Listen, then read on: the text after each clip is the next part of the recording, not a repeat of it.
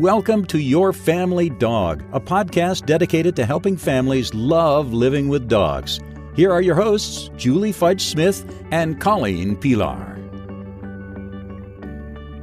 Hi, welcome to Your Family Dog. Julie and I were just trying to figure out what to talk about this week, and we decided to go with some of our favorite things, and we're splitting it into 2 episodes. So this week is a few of the things that are making Julie happy lately. So just to lead off, Julie, what kinds of exciting new things have you gotten for your dog lately? Well, I have actually gotten several new things. One of which is I have very furry dogs. I have a Bernese Mountain Dog who, if he sheds about a dog a day. And then my flat coat retriever also sheds a fair amount. And one of the things that I like to use on them is a rake. That's what it's called, and it's usually curved at the top, and it has a row of teeth, and it lifts the under hair out, and it gets them nice and clean.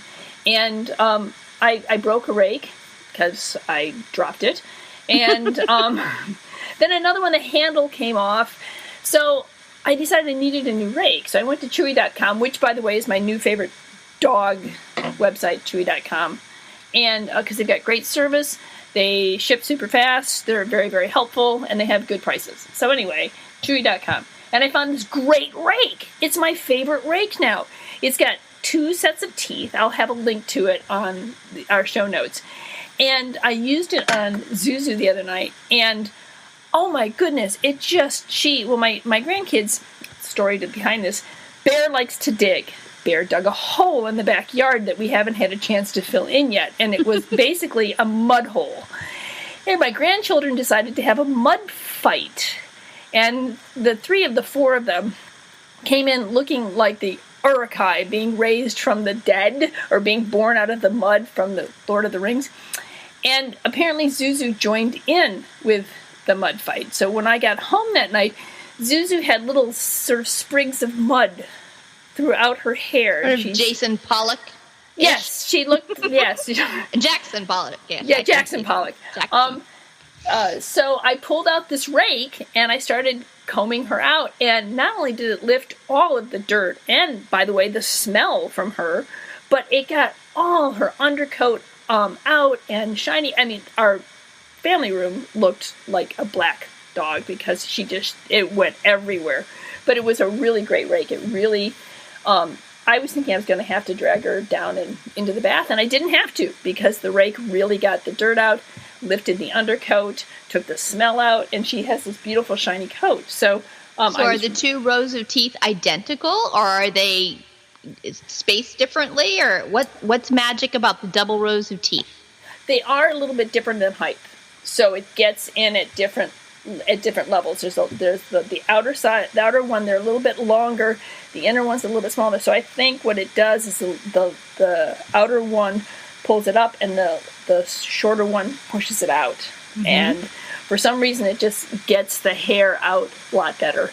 Well, cool. I'll have to try that, because I use a rake most often on Edzo, and he's not a fan of the Furminator, which does seem to get undercoat for a lot of dogs, but it's not his preference. So the rake I have, I would like to perhaps have a double set of teeth. I got away from the Furminator because a groomer told me that she really doesn't like Furminators, because she thinks it doesn't do what the rake does, which is lift and thin out and clean the undercoat. Instead, it kind of mangles the dog's coat.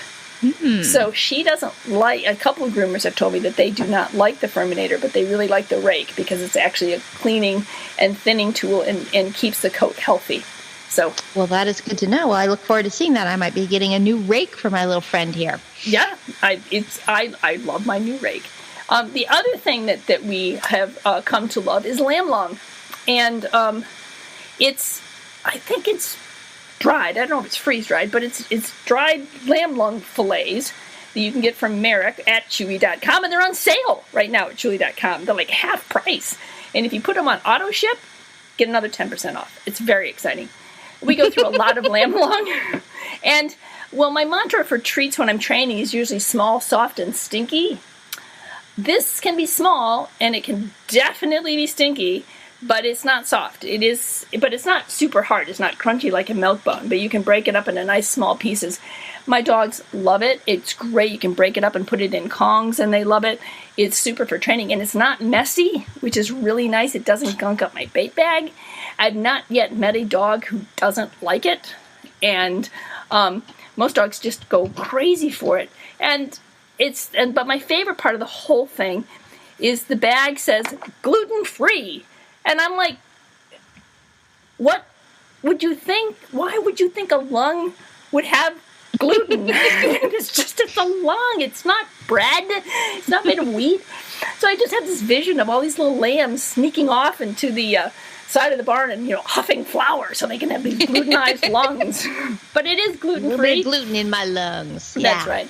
It's low fat. The lamb lung that I've used in the past is scored so that it's easier to break apart into little bits. Is your favorite lamb lung scored? Sometimes. Sometimes.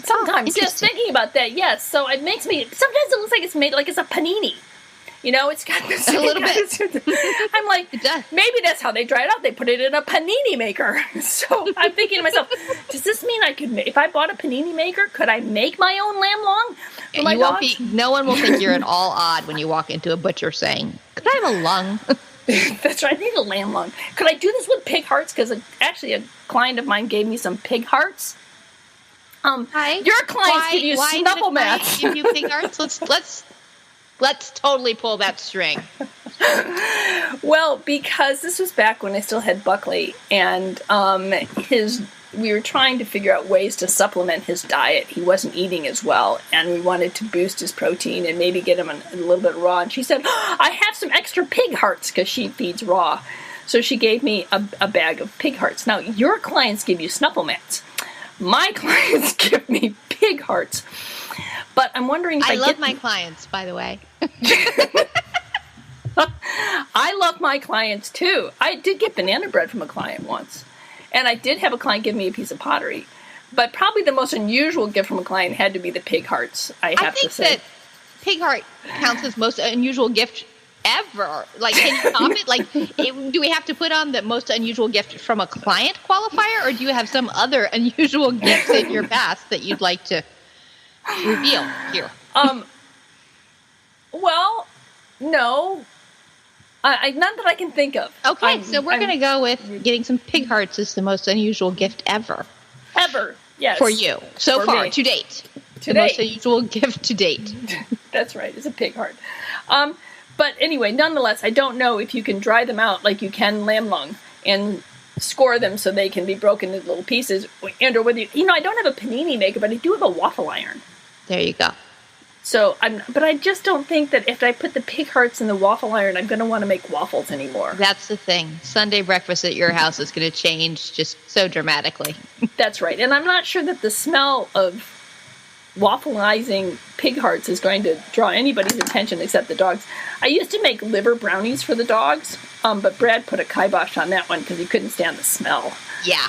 I used to dry liver in my oven for the dogs, and Jack did the same. He was like, I don't care how much money you're saving, it's not worth it. Yeah. Because it would just smell for days and days and days, but it was so cheap. It was really cheap. And so, I wanted to save a few pennies. So the lamb lung, back to the original topic, is it sounds like we're doing all internal organs. Doesn't stink your house up, and no, dogs like it. Dogs like, and it's on sale at half price at Chewy.com. And let's hope it still is by the time this airs. Yes, and I get the 12-ounce size, which is sort of we're headed west on the Oregon Trail size bag. They do have a more reasonable 5-ounce bag if you just want to try it for your dogs. But no, we get the Westward Ho size. So lamb lung, that's my new favorite. And then an old but good one are the Cajun bowls, the slow bowls that they make, which are puzzle bowls in addition to being food bowls. And because I don't do anything by half measure, did I buy one to see if my dogs like it? No, I bought all 4 designs. That's Julie. That is me. And I just found out again the link to a client whose dog inhales her food in about a microsecond. So I mentioned the Cajun bowls and I sent her the link. they have some new styles. I may just God, I'm just itching to that one looks really cool. I might have to try that one. That and the North Mate bowl, which is kind of humps of grass, looks like.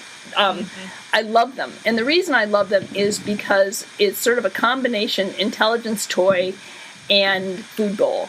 So that what I found is worked really well for the Bernese Mountain Dogs inhale their food. So it really slows them down. So instead of taking 10 seconds to eat breakfast, it takes 10 minutes. And that's great for the big barrel-chested dogs because you want them to eat more slowly to help prevent bloat. But it's also great for picky eaters. Bingley was never all that interested in kibble, but one of the things that I found is when I put his food into the Cajun bowl, now suddenly it's interesting. Right. It's a puzzle. Right. And so he would actually eat his breakfast. So the Cajun bowls, and they're easy to clean, stick them, make sure I did learn this one the hard way, which is why we might have to buy a new one. You put them in the top rack of your dishwasher. If you put them in the bottom rack, which my husband did one time, the heat's too hot and it melted, kind of dented one side. It's still usable, but it's dented. Well, you totally need a new one then. Clearly. Yes. Clearly. You need to have a new bowl. Yeah, Brad wonders why I work. I'm like, because it fuels, it feeds, it pays for my dog habit. That's why I work. That's so true, isn't it? I mean, years and years ago, I did not earn more dog training than I spent on learning about dog training. And I told my husband, it's far less expensive than heroin. If I'm just going to have a habit, isn't this a good habit? It kind of pays for itself, or almost kind of begins to pay for itself. Yes. Because there's so much cool stuff out there for dogs, and books and videos and stuff for people who love dogs. That's right. There's always something new to buy. And the Cajun bowls have really bright, fun colors. They do. Pink really and orange and gray and green. And they're very cute. And the dogs really do enjoy them. And it's just made their lives just a lot, it just makes their life better. Mm-hmm. And if their life is better, then I'm a lot happier. So, anyway, so we have really enjoyed that. And then the last sort of product that I really love is that we get, I started with Bingley again and then reestablished it with Zuzu, is our bark box, our monthly bark box.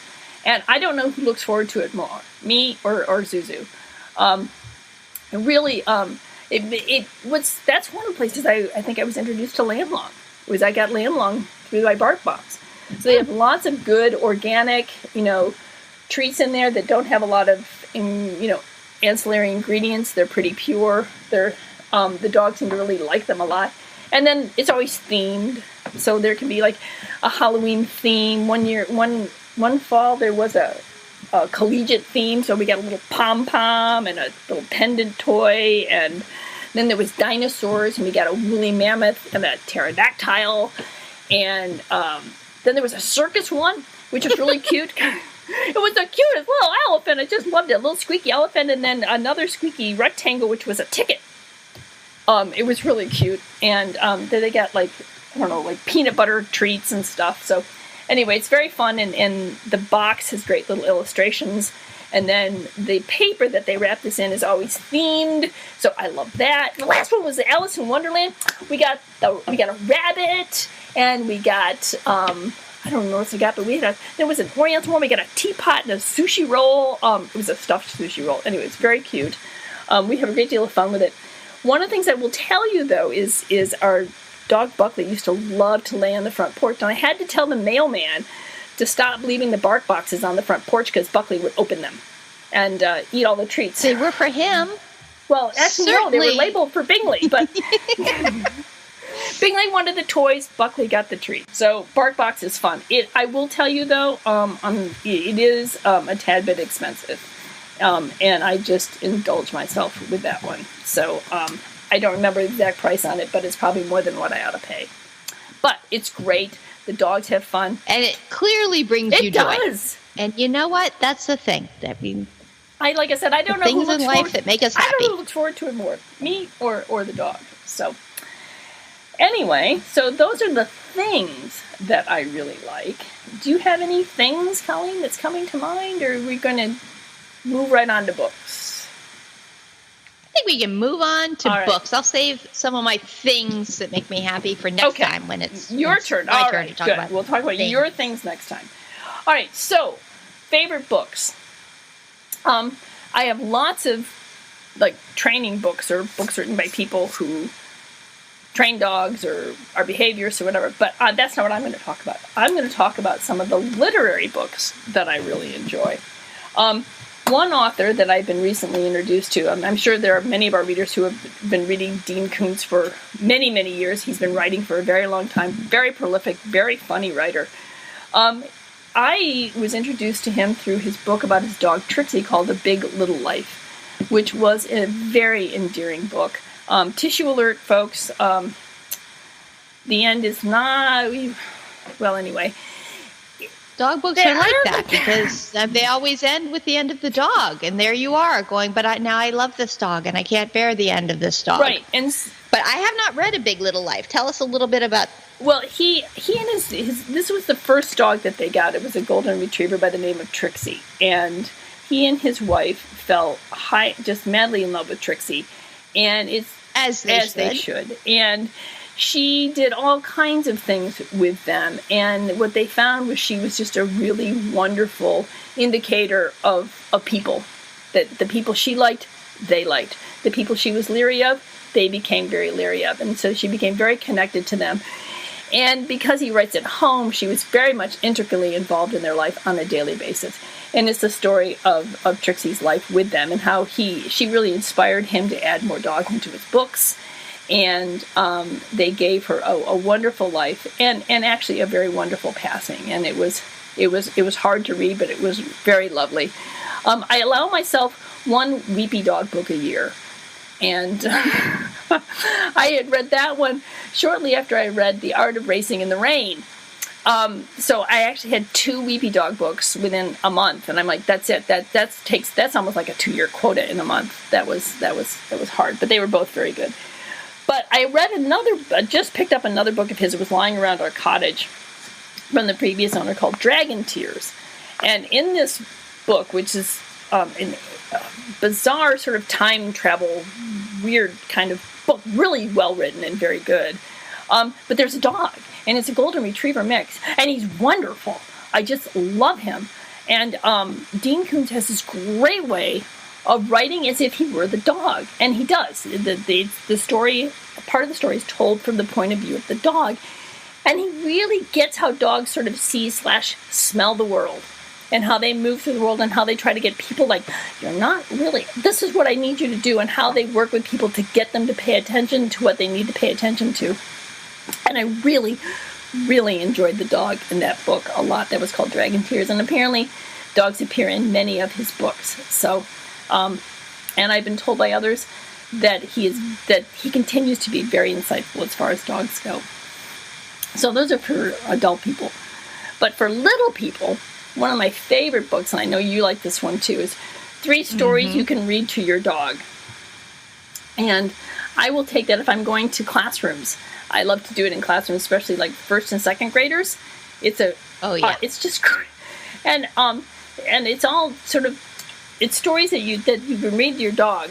So it's this, you are reading the dog and you're telling him a story about himself, if that's the best way to describe it. So, and things like, one day, you waited at the door, and then you heard somebody, so you bark, bark, bark, bark, bark, bark, bark, and then the person went away, and so you knew that you were a big, mean, scary dog. It's really enchanting. It's really sweet.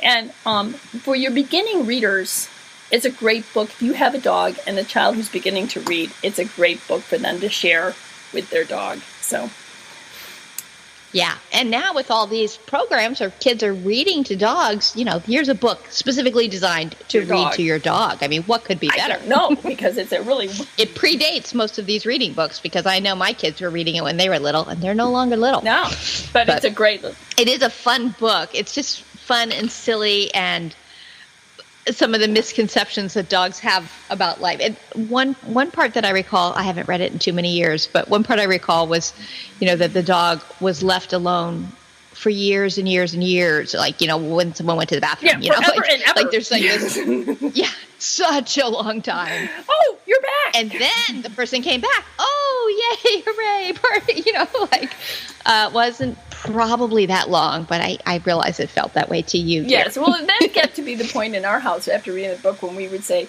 well, forever is 10 minutes, and then forever and ever is 20. So, you were gone forever. Well, no, it was a half of forever. And so it was only 5 minutes. That's a half of forever, not a forever. Yeah. So, but it's just a really sweet, fun book. And then when the dog, then there's the great one about when the dog gets lost and how he finds his way home. And then when he buries his bone, and then he's worried that somebody might steal it, so he goes out to find the bone. And soon the whole yard is covered with holes because he's afraid somebody has stolen it. Oh, it's very funny, very sweet, very doggy. Yes. So we'll have links to those in the show notes. Absolutely. So, Colleen, what about you and books? What do you like? Well, in terms of authors, I kind of love how Nora Roberts often slides a dog into some of her stories. So it is interesting just how they're a member of the family, and they hang out and they do stuff and they act like real dogs. So they, take food off the table sometimes, or jump on people when they come over, but they're clearly beloved members of the family. So I do always enjoy Nora Roberts from that perspective of the book isn't about the dog in any way. They're just a part of the world. And I think that's one of the things I really like best. Some of the books that are written specifically about dogs, I wind up having issues with some of the perceptions or ideas that are projected upon the dogs. So some of the ones that my clients are like, oh, you totally have to read this book. I do. And then I think, okay, wasn't my favorite. I've had people say that to me too. You must read this book. It's all about dog training, and it's this, and you'll really love it. And I'm like, okay, I read it and I liked it. Didn't like the training methods at all in the book. Yeah. And actually, it's just a retelling of the Call of the Wild. So why don't I just read Call of the Wild? Yeah, or like a dog's purpose. I really objected to the basic concept and tenet of that a dog's mission in life is to serve and please a human. Yeah. Like, I don't think so. And I absolutely think that we have these amazing, powerful relationships with dogs that we benefit from and that they benefit from. But I find it disquieting and a little offensive to think that it's a dog's purpose. So I have not seen the movie. I don't know about the movie. There were parts of the book that I very much enjoyed. But that overarching theme of my job is to be here for my person alienated me in a way, because I just felt like it wasn't crediting dogs with being honestly independent entities with minds of their own. Like, my dog loves me, but his purpose is not here to make me happy. That's not why this dog is on this earth. So I run into that sometimes with books. So what I would say about the movie is I was not going to go see the movie because there was an objection that had been raised about one of the scenes of the dog. And what I really appreciated was the director's response to that, or the producer's response. And he said, I was not on set the day that happened. If I had been, it would have happened. This is a group we have used before. I will not use them again. He didn't make any excuses for it. He just explained what happened and that, it was not acceptable behavior. And so, I kind of appreciate that. He owned it and took responsibility for it. So I did end up seeing the movie. And my husband watched it on a plane flight to the West Coast, and he was getting all teary-eyed. So I'm like, I'm not, do not ask me to watch this on a plane because I will lose it. It's just like, that's just not a fair thing to do. So we got back, and he said he wanted to see it again because he missed half the dialogue on the plane. We did watch it, and I enjoyed it very much, but that theme is still, it's still there. It wasn't, I don't think it is, perhaps it's dumb, and I haven't read the book. But I did enjoy the movie, and there were some parts of it that were very, very hard to watch. there were other parts of it that were just hysterical, that were just really delightful, and I enjoyed very, very much. And I cried and cried and cried and cried. So, tissue alert on that one. But do you have a limited number of crying movies per year, or just crying books? No, dog dying books. It's dog. The dog does not make it to the end of the book. I can only do 1 or 2 a year, and 2's really pushing it. But so that's why I like Dean Koontz, because except for the Big Little Life, the dog didn't die in Dragon's Tears. It had a really happy ending. So good. Yay, that was good. So that's it good. was very good. Okay, so in terms of favorite things, we got some books. We got things for people to read, but we also have stuff that their dogs might enjoy, like the lamb lung and the rake and the fun kaijin bowls. Right. All sorts of good things here. So does that kind of wrap up some of your favorite things of the moment? At the moment, yes. I could probably go on for about 5 or 6 podcasts, but I think... And you can again in the future. As things spark your interest, we'll come back to the topic. All right. Because that's the idea, that we are always encountering something that we're like, oh, that's cool. Yes, so absolutely. Ideas to share. All right. Well, thanks, Colleen. See you next week. See you next week. Thanks for listening to Your Family Dog. Got questions? Interesting ideas? Colleen and Julie would love to hear them. Call 614-349-1661 or visit www.yourfamilydogpodcast.com to share your thoughts.